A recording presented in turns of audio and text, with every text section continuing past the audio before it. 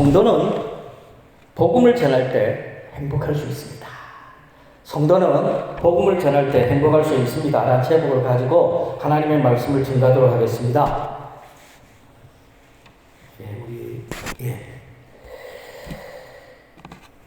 예수를 만나기 전과 예수를 만난 후에 완전히 달라진 사람이 성경 속에 있습니다. 그것도 완전히 180도로 달라졌어요. 누굴까요? 사도 바울입니다. 달라도 너무 달라졌어요. 완전히 딴 사람이 되었습니다. 예수 믿는 성도들도 놀랬고 무엇보다도 유대인들의 놀람은 이루 말할 수가 없었어요. 그래서 유대인들은 사도 바울을 유대교의 배교자로 낙인을 찍고 사도 바울을 죽이려고 합니다. 오늘 본문 말씀에 보면 다메섹에 있는 성도들도 사도 바울의 회심을 의심했습니다. 왜냐? 사도 바울이 어떤 사람입니까? 예수 믿는 사람을 잡아서 죽이는데 앞장섰던 사람이기 때문입니다. 어제만 하더라도 스데반을 잡아서 죽이는데 앞장섰던 사람이 이 사도 바울인데 갑자기 예수 믿는데요. 갑자기 복음을 전한대요. 사람들이 믿겠습니까? 못 믿는 거죠. 사도 바울은 다메섹에 살고 있는 성도들을 잡아들이기 위해서 다메섹으로 가는 도중에 예수님을 만나가지고 예수님의 강권적인 은혜로 말미암아 예수를 믿게 된 겁니다. 사도 바울이 예수님을 안 만났으면 예수 안 믿었습니다. 그래서 다메섹 사람들의 입장에서는 사도 바울을 의심할 수밖에 없죠. 어떻게 저렇게 사람이 바뀌냐? 하룻밤 사이에 어떻게 저 사람이 저렇게 완전히 바뀌냐? 이해가 안 되죠. 사도행전 7장 58절을 다 같이 한번 읽겠습니다. 시작. 성 밖으로 내치고 돌로 칠세 증인들이 옷을 벗어 사울이라 하는 청년의 발 앞에 두니라. 이 말씀이 무슨 말이냐면 사람들이 스데반을 죽일 때 이 스데반을 죽이기 위해서 누구를 앞장 세웠느냐면 이 사울, 바로 사도 바울을 앞장을 세웠고 사도 바울은 그 모든 일에 자기가 책임지겠대요. 자기가 준일이 되겠다는 거예요. 그 정도로 사도 바울은 유대교에 깊이 빠져있던 사람이고 그 정도로 예수 믿는 사람들을 증오하는 사람이었어요. 그래서 사도 바울이 스데반을 고소했던 자들이 자신의 옷을 벗어가지고 사도 바울 앞에 막 두었거든요. 이것은 무엇을 의미하냐면 자신들이 지금 스데반을 죽인 일에 대해서 우리는 책임이 없고 이 모든 책임은 사도 바울이라는 사람이 책임진다는 의미가 포함되어 있는 거죠. 만약에 이 스데반을 죽이는 일로 인해서 무슨 불상사가 생기고 문제가 생긴다면 내가 책임지겠다. 나 사울이 책임지겠다는 의미가 거기 포함되어 있는 거죠. 그러므로 사도 바울이 예수 믿고 복음을 전한다는 이 사실, 이 소문은요, 당연히 사람들이 의심할 수밖에 없는 겁니다. 심지어 이것은 사도 바울이 예수 믿는 사람들을 잡아들이기 위한 위장 전술이다.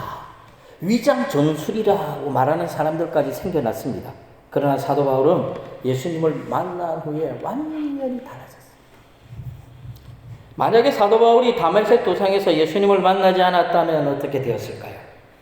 예수님을 만나서 그가 회심하지 않았다면 사도 바울의 인생은 어떻게 되었을까요? 아마도 역사에는 이 사도 바울이라는 사람은 교회 역사상 예수 믿는 사람을 가장 많이 박해하고 죽인 사람으로 기록에 남아 있었을 거예요. 그만큼 사도 바울은 유대교에 깊이 빠져 있었던 사람입니다. 예수님은 왜 다메섹 도상에서 사도 바울을 직접 만났을까요? 이 땅에 오셔서 십자가에 죽으시고 부활하시고 승천하신 예수님이 왜 다메섹 도상에서 사도 바울을 직접 만났을까요? 이유는 한 가지예요. 예수님이 아니면 이 사도 바울을 예수 믿게 할 수가 없기 때문에 그래요. 그 누구도 사도 바울을 변화시킬 수 없었기 때문에. 그래서 예수님이 직접 나선 거죠. 솔직히 사도 바울과 논쟁을 해서 이길 수 있는 사람이 누가 있습니까? 사도 바울만큼 공부를 많이 한 사람이 어디 있습니까? 베드로가 사도 바울과 논쟁을 해서 이길 수 있겠습니까? 아니면 다른 제자들 중에서 사도 바울과 논쟁을 해서 이길 수 있는 사람이 있습니까? 없지요. 그래서 예수님이 친히 사도 바울을 만나서 사도 바울을 회심시키고 이 사도 바울을 이방인의 사도로 예수님이 직접 삼으신 거예요. 그래서 사도 바울은 예수를 만나고 난 다음에 사람들이 의심할 정도로 완전히 달라진 거예요. 사람이 안 바뀌거든요. 사람은 안 바뀌어요. 그런데 바뀌는 경우가 있죠. 오늘 본문의 사도 바울처럼 사도 바울이 누구를 만났습니까? 예수님을 만났잖아요. 하나님을 만났잖아요. 하나님을 만나면 바뀌어요. 성령으로 충만하면 바뀌는 거예요. 그래서 그 사람이 완전히 바뀌었을 때는 두 가지 중에 하나예요. 하나는 이 사람이 진짜 하나님을 만났구나. 진짜 성령 충만하구나. 아니면 딴 목적이 있기 때문에 그래요. 딴 목적 있는 사람은 180도로 바뀌거든요. 또 한 가지는 진짜 은혜 받은 사람. 하나님을 만난 사람도 180도로 바뀌는 거예요. 그런데 사도 바울은 전자의 경우입니다. 하나님을 만났어요. 자기가 핍박하고 예수 믿는 사람을 죽였는데 그 예수가 하나님의 아들인 거죠. 사도 바울은 하나님 무너지는 것 같은 충격을 받았을 거예요. 그래서 사도 바울은 180도로 바뀐 거예요. 이것은 예수님이시기에 가능한 일입니다. 예수님이 아니면 사도 바울이 하나님의 사람으로 바뀔 수가 없습니다. 그래서 예수님을 회심한 이 사도 바울을 이방인들에게 복음을 전하기 위한 사도로 삼으셨죠. 그래서 사도 바울은 예수를 믿자마자 주저함 없이 복음을 전하는 삶을 살았던 겁니다. 그래서 인간의 생각과 인간의 어떤 사고로는 이 사도 바울을 이해할 수 없는 거예요. 어제만 하더라도 예수 믿는 사람을 잡아 죽이던 사람이 오늘은 갑자기 자기가 이방인의 사도라고 말하고 예수님을 만났다고 말하고 내가 예수님을 영접했다고 말하고 나는 지금부터 복음을 전하는 삶을 살아가겠다고 말을 하니까 사람들이 안 믿죠. 어떻게 믿어요? 그래서 사도 바울은 복음을 전하자마자 엄청난 시련이 닥칩니다. 먼저 유대인들은요, 사도 바울을 어떻게 생각합니까? 배교자로 생각하는 거죠. 배교자는 어떻게 하죠? 죽입니다. 그래서 사도 바울을 죽이려고 공모를 합니다. 그리고 예수 믿는 성도들은요, 이 사도 바울이 정말로 예수 믿는 걸까? 정말로 회심한 걸까? 의심하기에 이르죠. 그리고 사도 바울이 전하는 그 복음도 어떻게 해요? 의심합니다. 저거 엉터리다. 저거 이단이다. 의심합니다. 오늘 본문 말씀에 보면 예수님을 만나고 회심한 사도 바울은 여러 날 동안 다메섹에 거하면서 다메섹에서 복음을 전했죠. 처음에 사람들이 믿었을까요? 안 믿죠. 다메섹에 있는 성도들도 사도 바울이 나타나면 어떻게 해요? 거리를 돕겠죠. 왜? 위장 전술일 수 있으니까. 가짜로 믿는 척 할 수 있으니까. 우리를 잡아들이기 위한 위인책일 수 있으니까. 근데 사도 바울이요, 다메섹에 있는 예수 믿지 않는 사람들에게 복음을 전하고 그들을 예수 믿게 하고 그들 가운데 제자를 삼는 거예요. 그 모습을 다메섹에 있는 다른 성도들이 보고 시간이 지나면서 이 사도 바울의 회심이 진짜다는 사실을 알게 되죠. 그래서 나중에 어떻게 됩니까? 다메섹에 살고 있는 모든 사람들은 이 사도 바울을 의심하지 않게 된 겁니다. 아, 사도 바울은 진짜 회심했구나. 사도 바울이 정말 예수님을 만났구나. 그래서 이방인의 사도로 지금 쓰임받고 있구나. 그래서 의심하지 않게 된 거예요. 사도 바울은요, 예수를 믿고 난 다음에 제2의 인생을 살게 된 거죠. 그러나 사도 바울에게 이 다메섹에서의 삶은요, 평탄하지만 않았어요. 시련이 항상 사도 바울을 기다리고 있었습니다. 이 시련은 사도 바울이 예수 믿기 전에 핍박자로 있을 당시에 자신이 유대교에 몸담고 있을 때 같이 예수 믿는 사람을 잡아 죽이기로 공모하고 어떤 당을 지었던 그 유대인들에 의해서 사도 바울은요, 항상 생명의 목숨, 이 위협을 느끼며 살아야겠다는 겁니다. 왜냐하면 이들은 사도 바울을 배교자로 낙인 찍고 죽이려고 작정을 했기 때문입니다. 사도행전 9장 23절 우리 다 같이 읽습니다. 시작. 여러 날이 지남에 유대인들이 사울 죽이기를 공모하다니. 그래서 오늘 본문 말씀에 보면 사도 바울을 죽이기 위해서 다메섹 성문 앞에 진을 치고 기다리고 있는 거죠. 그래서 사도 바울이 다메섹 성을 나오는 순간 사람들이 사도 바울을 잡아서 이제 죽이려고 작정을 한 겁니다. 그래서 기다리고 있어요. 사도행전 9장 24절 우리 다 같이 읽습니다. 그 계교가 사울에게 알려지니라. 그들이 그를 죽이려고 밤낮으로 성까지 지키거늘. 그런데 감사한 일은 이 사실이 사도 바울에게 알려졌죠.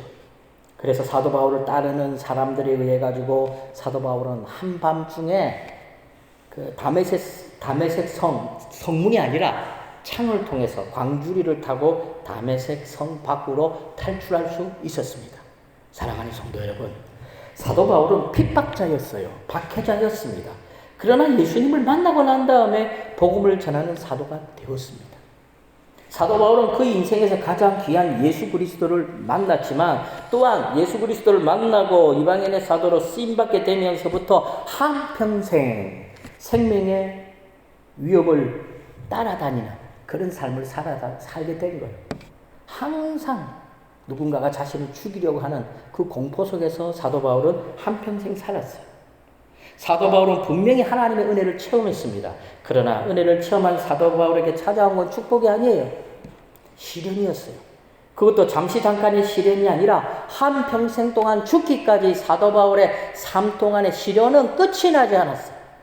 사랑하는 성도 여러분, 사도 바울처럼 살고 싶습니까? 저는 싫습니다. 왜? 고통도 시련도 어느 정도 당해야지. 안 그래요? 우리가 예수 믿고 고난도 어느 정도 당해야지. 시도 때도 없이 고난 받으면 아유 어떻게 삽니까? 너무너무 힘들어요. 근데 사도 바울은 그런 인생을 살았다는 거예요. 그런데 사도 바울은 그렇게 힘들고 어려운 삶을 살았지만 사도 바울은 불평하지 않았어요. 오히려 자기는 뭐라고 말합니까? 나는 복음의 빚진 자래요. 나는 이렇게 고난당해도 되는 사람이래요. 나는 고난 당할 것 당연히 내 죄로 말미암아 당하는 것이고 나는 오히려 하나님 앞에 빚진 자이기 때문에 나는 살아있는 동안에 세상에 믿지 않는 사람들에게 복음을 전함으로 하나님 앞에 빚을 갚는 인생을 산다라고 그는 말하고 있다라는 겁니다. 지난날 예수 믿는 사람을 잡아서 죽이는 삶, 그 과거 때문에 사도 바울은요 어딜 가든지 그 과거가 사도 바울을 어째 걸고 넘어뜨리는 거예요.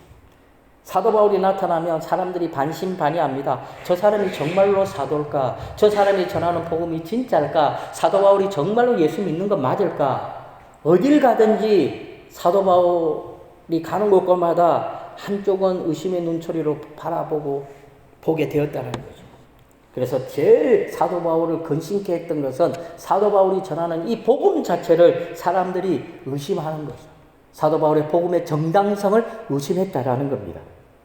그래도요, 사도 바울은요, 주저하지 않았어요. 멈추지 않았어요. 복음 전하는 걸 쉬지 않았어요. 가는 곳마다 복음을 전했어요. 그러면 하나님은 언제나 사도 바울에게 은혜를 베풀어 주셨습니다. 사랑하는 성도 여러분, 베드로가 기적을 많이 행했을까요? 사도 바울이 기적을 많이 행했을까요? 사도 바울이 훨씬 기적을 많이 행했습니다. 이 말이 무슨 말입니까? 그러면 사도 바울이 베드로보다 더 영역이 있는 사람입니까? 아니에요. 사도 바울이 베드로보다 더 많은 고난을 받았다라는 거예요. 고난이 많은 곳에 하나님의 은혜가 넘치거든요. 베드로도 물론 고난과 시련을 당했어요. 베드로도 기적을 일으켰어요. 그러나 사도 바울만큼 기적을 많이 일으키지 않았어요. 사도 바울만큼 고난을 많이 당하지 않았어요. 하나님은요, 복음 전하는 사람들이 시련과 고난과 힘듦과 생명의 위협 가운데 있을 때는 하나님은 쫓아다니면서 그 삶을 인도하는 거예요. 필요할 때마다 기적을 베푸시고 병든 사람을 고치고 귀신을 쫓아내는 그런 놀라운 기적을 하나님이 행했죠. 근데 사람들이 볼 때는 마치 누가 행한 것처럼 보이느냐면 사도 바울이 행한 것처럼 보이는 거예요. 그러므로 사도 바울에게 많은 기적과 이사가 나타났다는 말은 사도 바울의 삶 자체가 그만큼 험난했다라는 거예요. 어떤 사람들은 말하기 좋아하는 사람들은 야, 사도 바울은 영성 있는 사람인가 보다. 그래서 많은 기적을 행했나 보다. 아니라니까요. 그래서 사도 바울은요, 가는 곳곳마다 하나님이 은혜를 베풀어 주셨고, 사도 바울은 가는 곳곳마다 하나님이요, 동력자를 붙여주셨어요. 왜요? 동력자를 붙여주지 않으면 사도 바울은 복음을 온전히 전할 수가 없었기 때문에. 사도 바울이요, 소아시아 지역과 유럽의 복음을 전할 수 있었던 그 가장 큰 원동력이 뭡니까? 물론 하나님의 은혜가 임했지요. 그러나 그 옆에는 항상 수많은 사도 바울의 동력자들이 있었다는 겁니다. 특히 구브로 사람 바나바를 통해서 많은 어려움을 극복할 수 있었어요. 베드로와 같은 사도들을 통해서도 사도 바울이 전하는 복음이 가짜가 아니라 진짜라는 사실을 인정받게 된 것입니다. 사랑하는 성도 여러분, 저와 성도님들이 이 땅에서 예수 믿고 성도로서 복을 누린다는 것이 뭘까요? 우리가 이 땅에서 예수 믿고 살아간다는 것이 무엇입니까? 어떻게 살아야 예수 믿고 진짜 행복자의 삶을 살아가는 걸까요? 예수 믿고 부자 되고 예수 믿고 건강하게 살아가는 것이 진정 성도로의 삶일까요? 돈 걱정 없이 살면 행복한 겁니까? 아니면 예수 믿고 난 다음에도 시련 없이 근심 걱정 없이 그냥 온실 속에서 살아가는 것처럼 그렇게 살아가는 것이 진정한 성도로서의 행복일까요? 사도 바울은요, 예수 믿고 난 다음에 세상의 모든 복을 다 버렸어요. 오히려 그는요, 그 모든 것을 배설물로 여겼어요. 저와 성도님들도 우리의 가진 모든 것들을 배설물로 여기시기 바랍니다. 그러면 우리가 세상에 연연하지 않아요. 세상에 목을 베지 않아요. 이 땅의 삶을 나그네처럼 살아갈 수 있는 겁니다. 그런데 우리가 갖고 있는 걸 배설물로 못 여긴다니까요. 그래서 복음을 위해 살지 못하고 그래서 전도하지 못하는 거예요. 하나님만 바라봐야 되는데 하나님 외에도 우리가 바라볼 게 많이 있거든요. 아파트도 있죠. 적금 통장도 있잖아요. 공부 잘하는 내 아들도 있잖아요. 내 자녀들도 있잖아요. 하나님만 바라봐야 되는데 이게 안 된다니까요. 자꾸 옆을 바라보게 되는 거예요. 그래서 우리는 사도 바울처럼 복음을 전하는 삶, 사도 바울처럼 하나님 기쁘시게 하는 삶을 살아갈 수 없는 거예요. 하나님을 바라봐야 되는데 못 본다니까요. 유대교에서 배교자가 되어서 한평생 쫓기는 자의 삶을 사도 바울은 살았죠. 그런데요, 그것 때문에 사도 바울은 불평하지 않았어요. 오히려 자신을 죽이려고 하는 자를 불쌍히 여겼어요. 사도 바울의 마음에 근심거리가 있었어요. 그게 뭔지 압니까? 이방인들은 예수 믿고 구원받는데 유대인들은 예수 믿지 않는 거예요. 그래서 동족이 예수 믿지 않는 것 때문에 사도 바울은 항상 마음에 이렇게 근심이 있었고 동족을 위해 기도하는 삶을 살았던 겁니다. 그리고 사도 바울은 늙어서 형장의 이슬로 사라졌죠. 그런데 사도 바울은 자신의 인생을 후회하지 않아요. 자신은 행복했다고 말해요. 그러므로 성도의 진정한 행복은 자기 자신에게 있는 게 아닙니다. 하나님께 있는 거예요. 하나님을 기쁘시게 하는 삶을 살아갈 때 성도는 행복할 수 있는 겁니다. 사랑하는 성도 여러분, 예수 믿는다는 것은 뭡니까? 복받기 위해서 예수 믿습니까? 그렇다면 예수 믿는 것 외에도 복받는 길은 세상에 많이 있어요. 오히려 복받기 위해 예수 믿는 거는요, 어떻게 보면 가장 힘든 거예요. 복받기 위해서 예수 믿는 건요, 힘들어요. 복을 받기 원한다면 예수 믿지 말아야 돼요. 세상에서 수단과 방법을 가리지 않고 쟁취해야 돼요. 움켜줘야 돼요. 그게 더 세상에서 복을 쉽게 받는 거예요. 예수 믿고 복 받는 거 어려워요. 근데 많은 성도들이 예수 믿고 어려운 길을 택해요. 왜 예수 믿고 복 받으려고 합니까? 예수 믿고 복 받을 생각을 아예 하지 마세요. 우리 부강교회 성도들은. 우리 부강교회 성도들은 예수 믿고 뭐 하라고요? 사명 감당하세요. 전도하세요. 그럼 뭐 복은 못 받아야 됩니까? 복은 하나님이 알아서 줍니다. 너희는 먼저 그의 나라와 그의 의를 구하라. 그리하면 이 모든 것을 너희에게 더하여 주리라. 이것이 하나님이 우리에게 해주신 말씀이에요. 우리는 하나님의 나라를 위해서 살아가면 이 땅의 복은 하나님이 필요할 때마다 주십니다. 그런데 오늘날 성도들은 하나님의 나라와 하나님의 뜻은 다 쓰레기통에 갖다 버려버리고 있다가 없어지는 복을 쫓아가 살아간다는 거죠. 그래서 성도들이 이 땅에서 무기력하게 힘없이 살아가는 겁니다. 그렇다면 예수 믿는 성도들의 행복은 뭘까요? 그거는요, 자신의 행복을 내려놓을 때, 자신의 행복을 내려놓을 때 예수 믿는 성도들이 행복의 시작이 되어지는 겁니다. 자신의 행복을 내려놓고 하나님을 위해서, 예수님을 위해서 살아갈 때 성도들의 행복은 시작이 되는 겁니다. 그것이 바로 사도 바울처럼 사는 거죠. 사도 바울이 예수 믿고 난 다음에 어떻게 됐죠? 다 버렸잖아요. 배설물로 여겼다니까요. 배설물로 여겼다는 말은 뭔 말입니까? 화장실에 있는 그거로 여겼다는 거예요. 그래서 그는 결혼도 하지 않았어요. 가정도 꾸리지 않았어요. 집도 사지 않았어요. 오로지 한평생 복음을 전하는 삶을 살았다는 거예요. 그러면서 그는 나는 행복했다라고 말하는 거죠. 사도 바울은 예수님을 영접하고 난 다음에 한평생 복음을 위해 살았습니다. 자신의 죽음까지도 복음을 위해서 헌신했어요. 그래서 그는 행복할 수 있었던 겁니다. 후회가 없지요. 사랑하는 성도 여러분, 저와 성도님들의 희생을 통해서 하나님의 일이 이루어진다면 우리는 어떻게 할까요? 내가 손해보고 내가 희생함으로 말미암아 우리 부강교회가 부흥한다면, 내가 손해보고 내가 희생함으로 말미암아 우리 가정에 평화가 찾아온다면 나는 어떻게 할 겁니까? 희생할 겁니까? 희생하지 않아야 합니까? 희생해야 합니다. 복음을 위해서 희생해야 되고, 교회를 위해서 희생해야 되고, 내 가정을 위해서 희생해야 돼요. 분명한 사실은 저와 성도님들이 이 땅에서 성도로서 행복한 삶을 살아가기 원한다면 우리가 손해보고 희생하는 삶을 살아야 된다는 겁니다. 복음을 위해서, 예수 그리스도를 위해서 희생하는 삶을 살아야 됩니다. 초대교회 당시 바나바라는 사람이 있었죠. 이 사람은 재벌이에요. 부자입니다. 거부입니다. 제가 볼 때는 최소한 만석구는 되었던 것 같아요. 엄청난 부자예요. 구브로 섬의 유지였어요. 구브로 섬의 대부분의 땅이 이 바나바 땅이었다니까요. 그런데 이 바나바는요, 자기의 전 재산을 하나님께 바쳤습니다. 하나님 때문에 편안한 집을 포기했습니다. 세상의 행복을 내려놓았습니다. 하나님 때문에 부자이기를 포기하고 가난한 자의 삶을 살았습니다. 그 결과 그는 부자였을 때는 누리지 못했던 하나님이 주시는 세상이 알지 못하는 진정한 축복을 누리게 됩니다. 사도 바울도 마찬가지죠.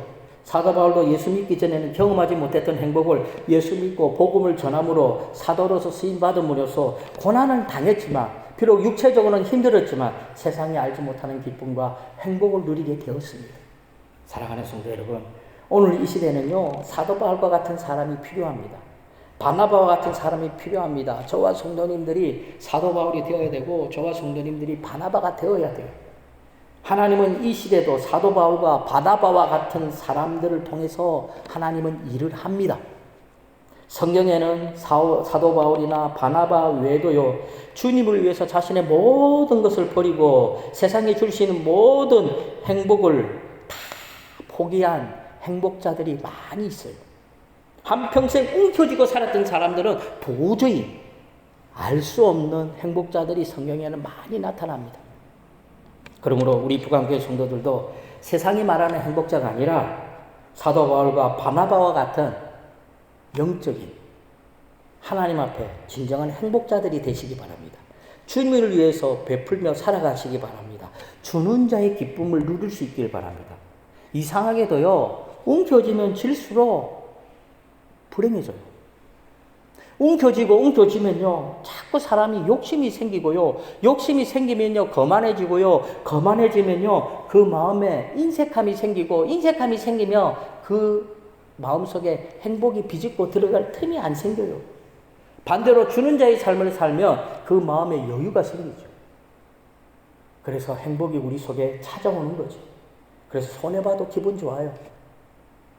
진정한 사랑은요, 진정한 행복은요, 받는 게 아니에요. 주는 겁니다. 더 나아가서 우리가 할 수 없어서 그렇지, 할 수만 있다면 우리 생명까지도 아낌없이 주는 자의 삶을 살아가야 됩니다. 이보다 더 큰 사랑은 없기 때문입니다. 사랑하는 성도 여러분, 사도 바울은 회심하고 난 다음 자신의 전 인생을 하나님께 드렸습니다. 죽음의 위협 가운데서도 결코 하나님을 배신하지 않고 죽음조차도 하나님께 드렸습니다.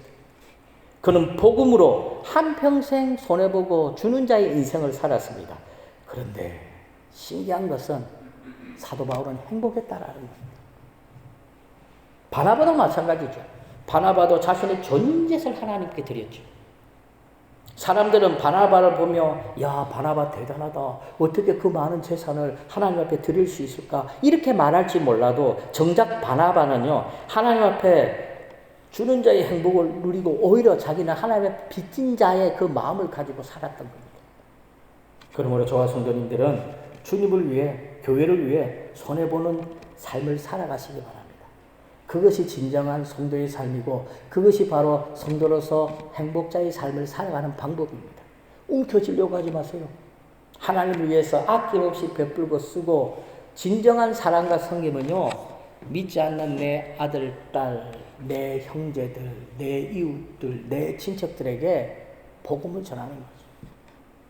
내 아들에게 아파트 사주는 게 아니고, 내 친척들에게 돈 빌려주는 게 아니고요. 진정한 사랑과 섬김은 그들에게 복음을 전하는 거예요. 천국을 선물로 주는 거죠. 그러므로 저와 성도님들은 복음을 전함으로 정말로 하나님 앞에서 행복자의 삶을 이 땅에서 살아갈 수 있기를 주님의 이름으로 간절히 축원합니다.